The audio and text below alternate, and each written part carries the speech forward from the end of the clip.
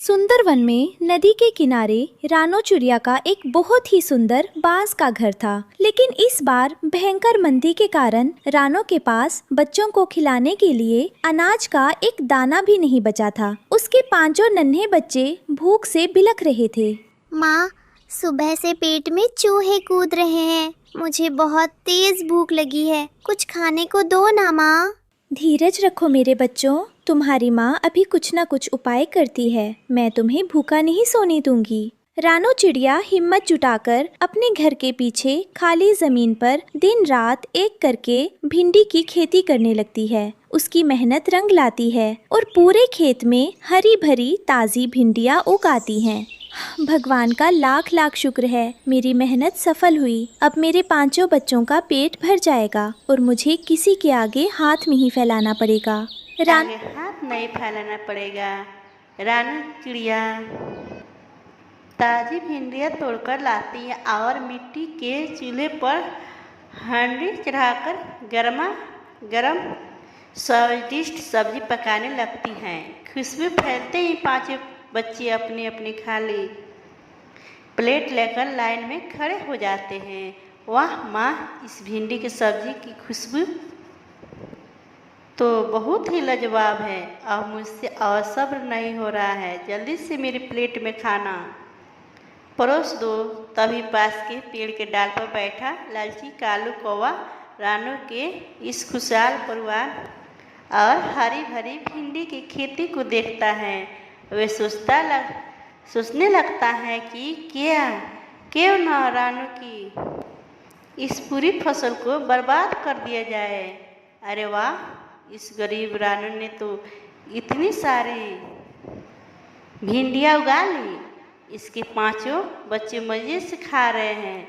मैं ऐसा नहीं होने दूंगा। आज रात को मैं इसकी पूरी फसल चुरा कर शहर में बेच दूंगा। रात होती ही जब रानो और उसके पांचों बच्चे गहरी नींद में सो जाते हैं, कालू कौवा एक बड़ी बोरी लेकर चुपके से रानो के खेत में घुस जाता है और सारी हरी भिंडियाँ तोड़ने लगता है। सुबह जब रानो जागेगी तो खाली खेत देखकर सिर्फ रोएगी और इन भिंडियों को बेचकर जो पैसा मिलेगा उसके मैं ऐश करूँगा। भिंडी टूटने की ससराहट से रानो की आँख खुल जाती हैं।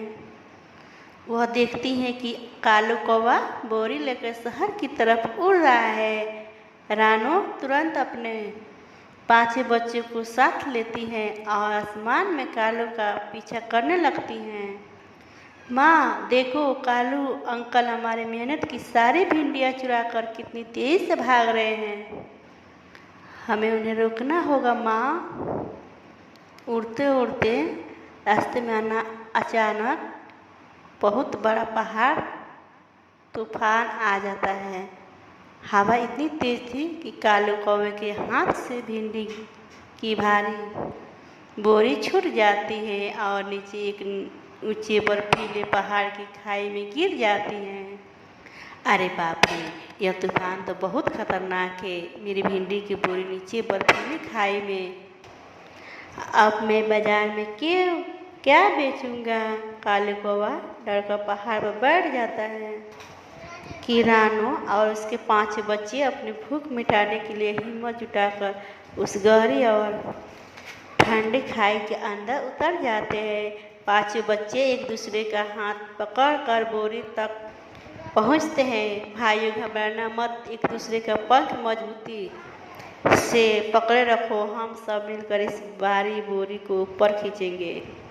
रानो और बच्चे जैसे ही भारी बोरी को मेहनत से ऊपर लाते हैं, कालू कौवा फिर से चालाकी करता है। वो रानो को धोखा देता है, बोरी छीनता है और सीधे शहर के बड़े अनाज बाजार में पहुंच जाता है। आओ भाई आओ, सुंदरवन की सबसे ताज़ी मीठी भिंडियाँ ले लो। कौवे के हाथ की खास भिंडी। रानो और बच्चे भी उड़ते हुए शहर के बाजार में पहुंच जाते हैं और तभी वहां खड़ा एक सातिर चूड़ी शिकारी काले कौवे की इस बड़ी बाड़ी को देखकर दाल बिछाता है और कालू को लोहे के पिंजरे में बंद कर देता है और हंसी। कितना बड़ा और चालाक कौवा है, या इतनी सारी भिंडियाँ चुरा कर लाए हैं। अब इस पिंजरे में बंद करके बड़े चिड़िया घर में बेचूंगा। काले पिंजरे में बंद होकर पिंजरे में बंद करके बड़े चिड़िया घर में बेचूंगा। काले पिंजरे में बंद होकर रोने लगता है। चिड़ी मार भिंडी की बोरी और पिंजरे को अपनी दुकान के बाहर रख देता है। पेड़ पर बैठी रानू और उसके बच्चे कालू की जान बचाने के लिए एक तरीक सोचते हैं।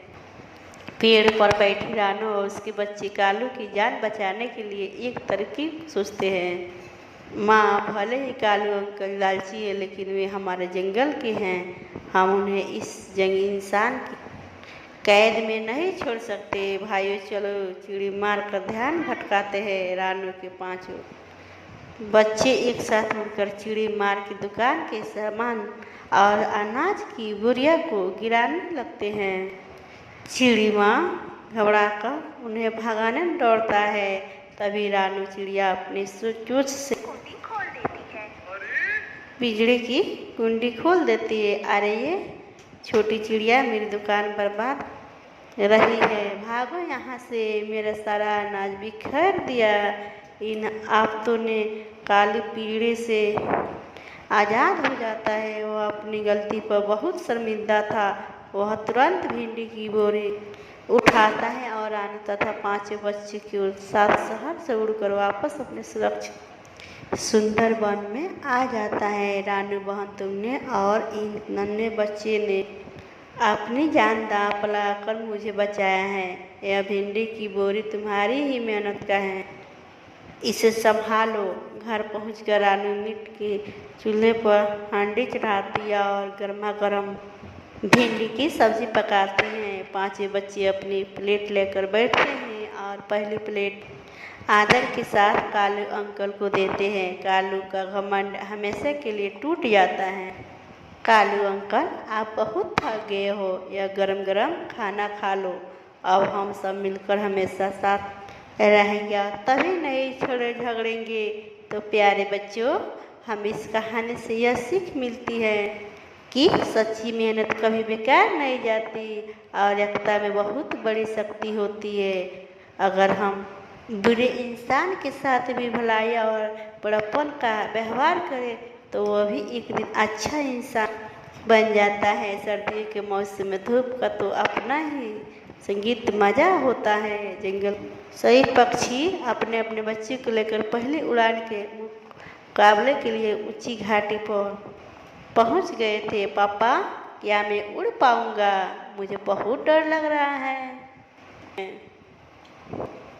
मेरे बेटे, तुम बहादुर बाप की बेटे हो। तुम कौवे हो और कौवे कभी डरता नहीं है। अपने पैंक फैलाओ और सीधा ऊपर जाने की कोशिश करो। जग्गू बेटा, ऐसा उड़ना कि आपकी माँ का नाम रोशन हो जाए और सब हैरान हो जाए। मिट्टू मेरे बेटे, आज कंपटीशन है, यह कंपटीशन हम ही जीतेंगे। मेरा बेटा सबसे आगे जाएगा और सबको हैरान कर देगा। पापा जी, मैं वादा करता हूँ मैं सबको पीछे छोड़ दूँगा, कोई मेरा मुकाबला नहीं कर पाएगा। घाटी के एक कोने में रानू चिड़िया और उसका छोटा बेटा कुक्कू बैठे हैं। कुक्कू सहमा हुआ और उसके पंख छोटे दिखाई दे रहे हैं। मामा, अभी बहुत छोटा हूँ, मेरे पंख भी छोटे हैं, लेकिन बेटा जंगू और मिट्टू को तो आपसे भी 2 दिन बाद अंडों से निकलते हैं। आप कर सकते हो, कोशिश करने से सब मुमकिन है। मामा, अगर सबके सामने मैं गिर गया तो सब मेरा मजाक उड़ाएंगे, सब मुझ पर हंसेंगे। यह बात अपने मन से निकाल दो बेटा।